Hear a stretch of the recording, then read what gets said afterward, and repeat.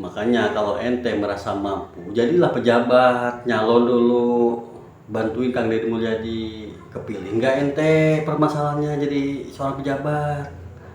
Ya, saya yakin ente gak bakal kepilih, gak kepake, cuman nyinyir doang, jago nyinyir.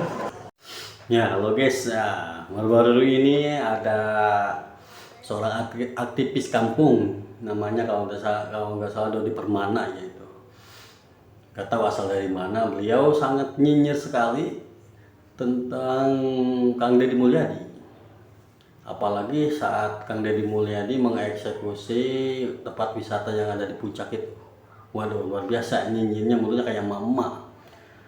Nah, saya curiga justru apa masalah pribadi apa si aktivis kampung ini kepada Kang Deddy Mulyadi.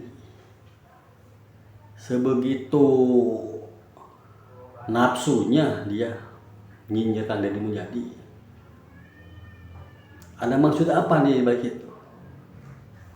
Oke, seperti apa kita simak video aktivis nyinyir ke Kang Deddy Mulyadi.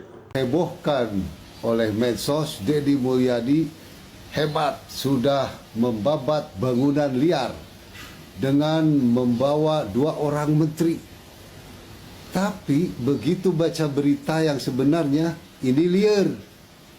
Sebab nggak perlulah bawa 2 orang menteri dan di medsos-medsos seperti hebat, karena yang dibabat itu milik BUMD Jawa Baratnya sendiri yang dikuasai Deddy Mulyadi. Ngapain seperti hebat? Ya, wah tegas. Nih, saya kasih tahu ya, beberapa bulan yang lalu kita sudah investigasi dan sudah diviralkan ke medsos. PTPN di Sariater ya itu sudah dibabat dan sudah dibangun beton-beton oleh Asep Strawberry, oleh Hotel Astro, dan puluhan hektar lainnya dikuasai dan ditanam beton jadi tempat pariwisata mirip seperti Jaswita ya, yang dibongkar Pak Deddy di Puncak Bogor. Itu Jaswita namanya. Itu milik BUMD, milik pemerintah daerah Jawa Barat yang sekarang gubernurnya Deddy Mulyadi. Jadi nggak usah beraksi seperti pahlawan hebat, orang itu mah punya sendiri kok. Ya, wah kita tegas. Tapi dibiarkan yang di Sariater, yang dekat rumahnya sendiri. Nah itu ya, saya tayangkan sedikit. Nah, lalu bagaimana kabarnya yang di Puncak Bogor? Ada Asep Strawberry. Mengapa yang lain dibabat habis, Asep Strawberry dibiarkan? Nah itu babat. Ya, jadi ada keadilan. Itu gubernur hebat. Ayo babat. Apa nggak berani?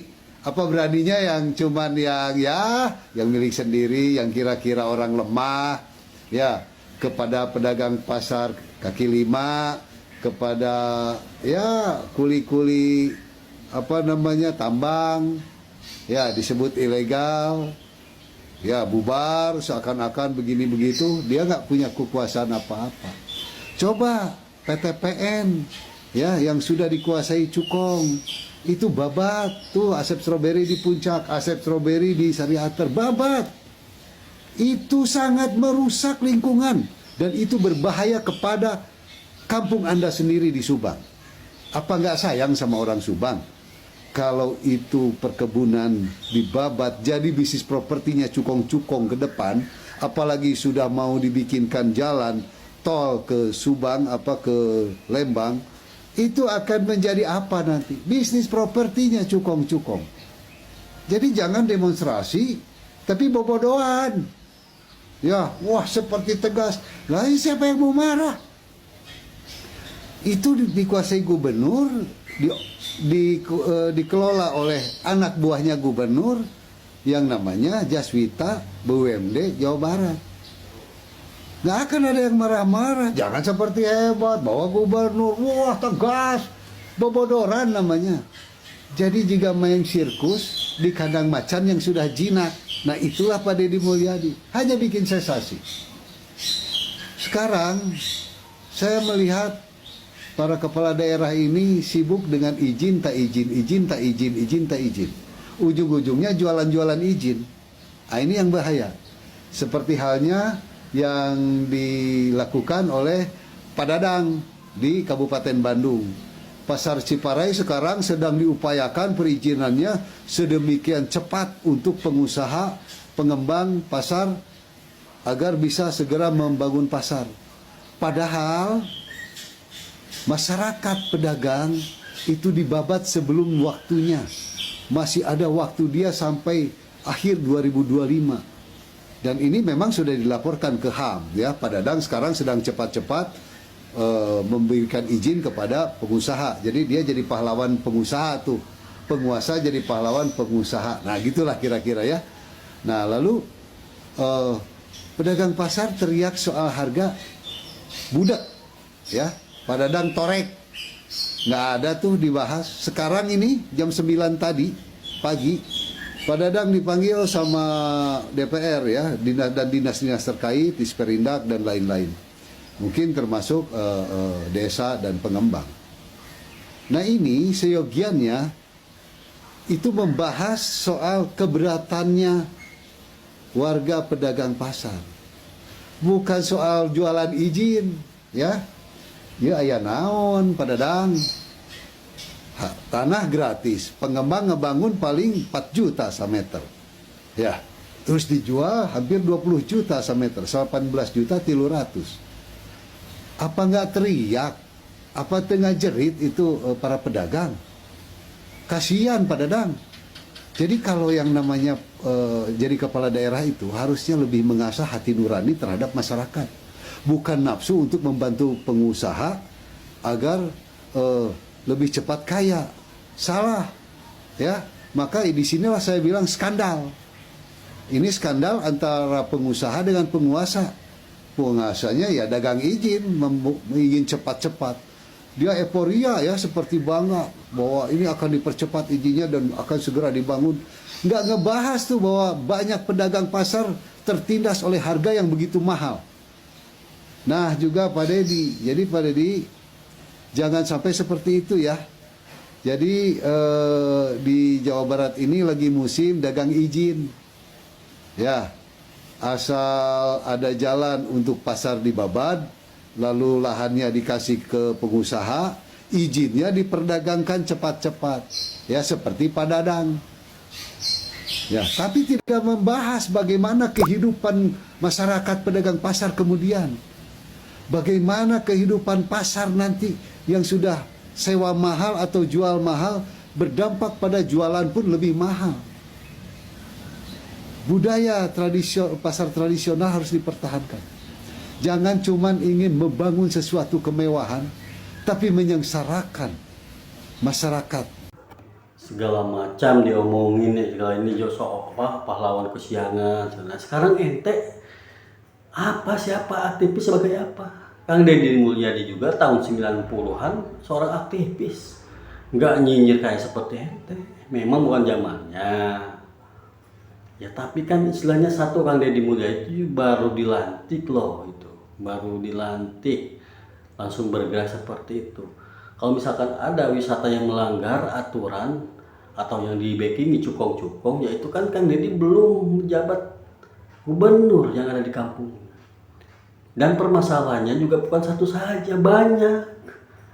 Yang difokuskan apa yang dipuncak? Karena satu difokuskan untuk ke kota ibu kota. Kalau sekarang kalau sekarang memang udah pindah ke Kalimantan. Fokusnya ke Jakarta. Karena kenapa? Karena Jakarta itu pemukiman atau Jawa Barat yang pemukimannya yang padat, yang ekonominya yang sangat maju. Dan satu hal lagi, kalau di puncak itu makanya merombak ke daerah Bogor itu karena itu sudah berpuluh-puluh tahun tidak ada tindakan, tidak ada yang berani. Dan Kang Deddy Mulyadi juga bertindak bukan dengan secara arogan, harus ada aturannya, harus dengan aturannya. Aduh, ente kadang-kadang ya, Kalau mau ente terus terang ya ketemu langsung lah sama Kang Deddy Mulyadi. Apa permasalahannya? Gini-gini, jangan sok ngajarin ngatur, ya gini-gini. Satu-satu permasalahan itu banyak loh. Nah ente kalau misalkan apa namanya di tempat ente banyak apa namanya ada sampah, coba pungutlah sampah itu. Yang kecil-kecil aja dulu. Pungutin sampah, terus apalagi semualah istilahnya pergerakan yang positif seperti Kang Deddy Mulyadi sebelum jabat gubernur. Makanya kalau ente merasa mampu, jadilah pejabat, nyalon dulu, bantuin Kang Deddy Mulyadi kepilih. Enggak ente permasalahannya jadi seorang pejabat, ya. Saya yakin ente gak bakal kepilih, gak kepake, cuman nyinyir doang, jago nyinyir. Ya karena ente kan udah kritik Kang Deddy Mulyadi, ya saya kritik ente. Ya boleh dong satu-satu. Ya, ente nyinyir sama Kang Deddy Mulyadi. Nah, orang oge nyinyir ke ente. Satu-satu. Cobalah ngikutin Kang Deddy Mulyadi ya kecil-kecilan aja dah, jangan bla bla bla segala macem. Kalau saya mah orang bodoh, nggak ngerti apa-apa. Ya, oke. Pokoknya kita dukung terus Kang Deddy Mulyadi. Jangan dengerin ocehan-ocehan aktivis cimbrin ini, nggak ada makna. Ya bagus ngasih informasi masukan nggak apa-apa. Ya tapi kan istilahnya bantulah. Nggak bisa bantu doa lah. Biar Kang Deddy Mulyadi menjalankan tugasnya dengan lancar. Ya kan, program-programnya dengan mulus rahayu. Ya dukung terus video, oke. Sampurasun. Assalamualaikum warahmatullahi wabarakatuh.